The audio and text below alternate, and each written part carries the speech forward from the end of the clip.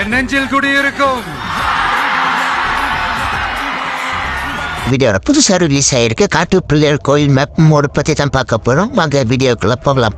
அனைவருக்கும் இனிய விநாயக சதுர்த்தி நல்வாழ்த்துக்கள். ஆண்டவன் எல்லாரும் எப்பவும் மன நிம்மதியோட எந்த தொந்தரவும் இல்லாம சந்தோஷமா இருக்கணும்.